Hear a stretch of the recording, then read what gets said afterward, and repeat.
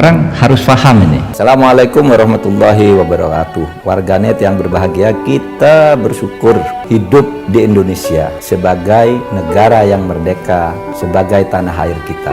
Mari cintai tanah air kita ini agar kita bisa melaksanakan perintah Allah dengan sebaik-baiknya. Dengan tingkat kepuasan yang akan sampai 82,2%, banyak yang meyakini, analis politik satu suara mengatakan bahwa Jokowi adalah Kingmaker 2024. Survei Indometer, Jokowi tak ingin legasinya dirusak oleh sosok yang tidak dapat dipercayai. Hasil riset lembaga survei Indometer menunjukkan kepuasan publik terhadap kinerja pemerintahan Presiden Joko Widodo mencapai 81,4%, dengan 9,6% diantaranya menyatakan sangat puas. Di tengah tingginya tingkat kepuasan publik yang menembus 81,4%, Jokowi menjadi faktor penentu dalam Pilpres 2024. Tetap tingginya tingkat kepuasan publik, bahkan mencapai rekor tertinggi di atas 80%, merupakan fenomena yang baru terjadi pada masa Jokowi. Pada pemerintahan sebelumnya, ketika masa jabatan 2 periode akan berakhir, hanya separuh yang merasa puas. Berbeda dengan para pendahulunya, Jokowi tidak bersikap diam dan berpangku tangan dalam kontestasi untuk memilih pemimpin nasional berikutnya. Jokowi mendorong sejumlah tokoh untuk maju, baik sebagai calon presiden maupun calon wakil presiden. Jokowi tidak ingin legasi pembangunan yang telah diletakkannya dirusak oleh sosok yang tidak dapat dipercayainya, bahwa para bakal calon presiden maupun bakal calon wakil presiden yang ingin berlaga pun harus memperhitungkan faktor Jokowi. Tingginya tingkat kepuasan publik terhadap Jokowi menjadi tantangan tersendiri ketika ingin menawarkan program kepada publik. Dalam survei tersebut, hanya 17,8% yang merasa tidak puas dengan kinerja Jokowi, dan diantaranya sebesar 1,0% yang menyatakan tidak puas sama sekali. Sisanya menjawab tidak tahu, tidak jawab sebanyak 0,8%. Survei Indometer dilakukan pada 5-10 Juni tahun 2023 terhadap 1.200 responden di seluruh provinsi di Indonesia yang dipilih secara acak bertingkat survei multi-stage random sampling. Margin of error survei sebesar kurang lebih 2,98% dan pada tingkat kepercayaan 95%. Ganjar Pranowo, Anies Baswedan, dan Prabowo Subianto menjadi 3 bakal capres di pemilu 2024. Namun siapa bakal cawapres pendampingnya masih jadi teka-teki. Siapa saja sosok potensial bakal calon wakil presiden versi Litbang Kompas? Kita simak berikut ini. Usai keluar dari Partai Gerindra, nama Sandiaga Uno kerap disandingkan dengan Ganjar Pranowo sebagai bakal calon wakil presiden. Tentunya ada tahapannya dan ada komunikasinya, ada pendalamannya, ada pemikirannya.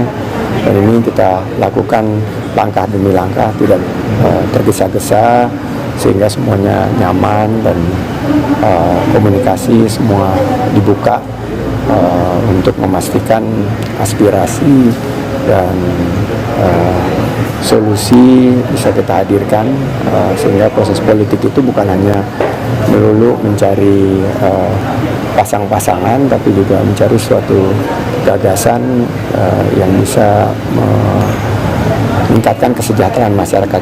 Nama Gubernur Jawa Barat Ridwan Kamil juga ramai dalam bursa bakal cawapres jelang pemilu 2024. Menanggapi hal ini, Ridwan Kamil menyerahkan keputusan pada Partai Golkar. Urusan namanya nasional, saya ini sudah jadi anggota Partai Golkar. Maka saya fatsun menghormati yang sudah diputuskan Partai Golkar, yaitu Pak Erlangga. Jadi itu aja. Bahwa sering masuk ke survei kan saya tidak bisa menghindari. Itu ada siapapun boleh.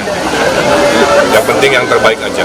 Tapi per hari ini saya ikut keputusan dari partai saya. Persaingan di Pilpres tidak lepas dari sosok bakal cawapres yang ikut memperkuat dukungan. Litbang Kompas membuat survei terkait sejumlah tokoh potensial bakal cawapres di Pilpres mendatang. Survei Litbang Kompas membandingkan peluang 2 tokoh politik, Sandiaga Uno dan Ridwan Kamil, sebagai bakal calon wakil presiden pendamping bakal calon presiden Ganjar Pranowo. Dari hasil survei Litbang Kompas, Ridwan berpotensi mendampingi Ganjar dengan 16% suara, sementara Sandiaga dengan 11,9%. Elektabilitas keduanya bagaimana? Itu masing-masing punya kekhasan. Tetapi memang ada kecenderungan baik Ridwan Kamil maupun Sandi Uno itu memiliki keunggulan yang sifatnya komplementer terhadap elektabilitasnya Ganjar Pranowo. Tetapi kekhasannya adalah bahwa kalau Ridwan Kamil itu cenderung akan memperkuat suara dari Ganjar Pranowo di Pulau Jawa saja. Sementara kalau Sandi Uno dia cenderung mempunyai penguatan yang agak lebih tersebar. Meskipun efek penguatan dari Ridwan Kamil maupun Sandi Uno kalau menurut kami relatif setara ya. Soal siapa pendamping Ganjar Pranowo, Sekjen PDIP Hasto Kristianto menyatakan akan mempertimbangkan beberapa aspek. Bagi PDIP, terpenting adalah rekam jejak hingga kualitas sang politisi. PD Perjuangan kan tidak pernah membedakan. Yang penting dari aspek kualitas kepemimpinannya, rekam jejak yang baik, kesatu paduan kepemimpinan, kemudian juga aspek-aspek yang terkait dengan historis, ideologis, itu kan menjadi suatu hal yang sangat penting. Kami tidak pernah membedakan terbelakang seseorang, semuanya baik ya, sehingga nanti akan tercapai suatu komposisi yang ideal. Sementara itu, hasil survei Litbang Kompas terkait bakal cawapres potensial bagi Prabowo Subianto, Ridwan Kamil mendapat 11,3% dan Agus Harimurti Yudhoyono mendapat 6,3%. Masih dari survei yang sama, bakal cawapres potensial bagi Anies Baswedan, sosok Sandiaga Uno mendapat 14,9% dan Ridwan Kamil mendapat 14,7%. Sampai saat ini, 3 bakal calon presiden telah diumumkan ke publik. Ganjar Pranowo diusung oleh PDI Perjuangan, Hanura dan P3, Prabowo Subianto diusung oleh Partai Gerindra dan PKB, sementara Anies Baswedan oleh Partai Nasdem dan Partai Demokrat. Indikator Politik Indonesia mengungkapkan hasil survei terkini simulasi pasangan Capres dan Cawapres pada Pilpres 2024.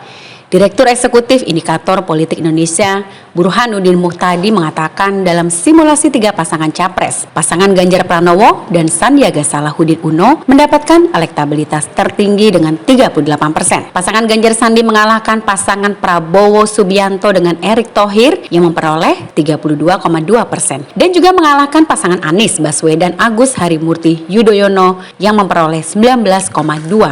Sementara yang tidak tahu atau tidak menjawab sekitar 10,6%. Pada simulasi berikutnya, Burhanuddin menyatakan pasangan Ganjar Sandi juga mengalahkan pasangan Prabowo Erick dan pasangan Anies Kofifa Indar Parawansa. Ganjar Sandi memperoleh 37%, Prabowo Erick memperoleh 34,3%, sedangkan Anies Kofifa mendapatkan 17,9%. Sementara yang tidak menjawab atau tidak tahu sebanyak 10,8%. Adapun target populasi survei ini adalah warga negara Indonesia yang berusia 17 tahun ke atas atau sudah menikah dan memiliki telepon sekitar 83% dari total populasi nasional. Pemilihan sampel dilakukan melalui Random Digit Dialing atau RDD. RDD adalah teknik memilih sampel melalui proses pembangkitan nomor telepon secara acak. Dengan teknik RDD, sampel sebanyak 1.290 responden dipilih melalui proses pembangkitan nomor telepon secara acak, validasi dan juga screening.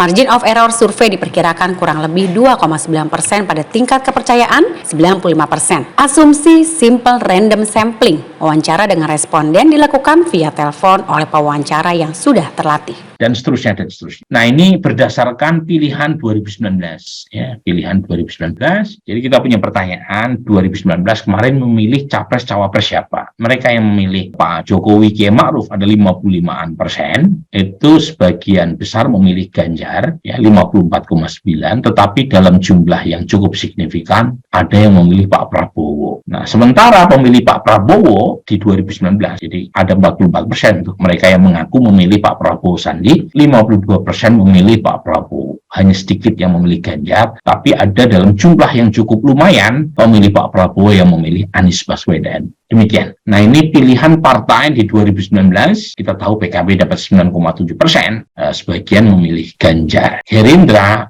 masih cukup solid yang memilih Pak Prabowo 65% pemilih Gerindra 2019, tetapi ada 20,7% pemilih Gerindra yang memilih. Nah, ini mungkin masukan buat Kang Saan ya. Memilih Anies dari pemilih Pak Prabowo trennya menurun ya, karena pemilih Pak Prabowo sebagian mulai kembali ke kandang. Pemilih PDI Perjuangan yang memilih Ganjar yaitu 63,6% ya. buat Bung Adian, dan seterusnya dan seterusnya. Nah, kemudian bagaimana dengan simulasi pasangan ya? Simulasi pasangan. Lagi-lagi namanya juga simulasi. Namanya simulasi ya. Jadi sekalian bisa cek di sini. Kalau Ganjar dipasangkan dengan Ridwan Kamil itu dapat 36,3. Kalau Pak Prabowo dipasangkan dengan Erik 35,4%. Statistically dead head. Tapi kalau Mas Anies sama Pak Mahfud MD suaranya sekian, 17,6%. Ya, dalam simulasi 3 nama Mas Anies justru dapat 21, artinya belum cukup mampu mengangkat elektabilitas Mas Anies kalau beliau menggandeng Pak Mahfud. Kemudian berikutnya adalah ini. Ini kalau Ganjar simulasi berpasangan dengan Sandi dapat 37%, kalau Pak Prabowo dengan Erik 34,3%, lagi-lagi selisihnya tipis. Nah, ini Mas Anies dengan Hovifah. Jadi saat ini juga belum cukup membantu Hovifah. Mungkin salah satu penyebabnya karena Mbak Hovifah juga belum begitu terlihat ya pengen maju ya kampanye di 2024 ya. Beliau fokusnya di Jawa Timur saja, jadi belum kelihatan ya. Ini kalau sama AHY, Mas Anies sama AHY, Ganjar dengan Ridwan Kamil, Prabowo dengan Hovifah. Jadi elektabilitas Ganjar kalau berpasangan Ridwan Kamil dan lawannya Pak Prabowo menggandeng Mbak Hovifah, itu elektabilitas Pak Prabowo malah sedikit turun. Ya, dia lebih kompetitif kalau Pak Prabowo menggandeng Erik. Tetapi Mas Anies sedikit lebih kompetitif kalau menggandeng AHY sebagai cawapresnya. Lagi-lagi penjelasannya sama ya, Mbak Hovifah belum kelihatan mesin politiknya bergerak gitu ya. Semoga Allah senantiasa menuntun kita di jalan yang diridhoinya. Aku qouli hadza, astaghfirullah li wa lakum. Wassalamualaikum warahmatullahi wabarakatuh. Terima kasih.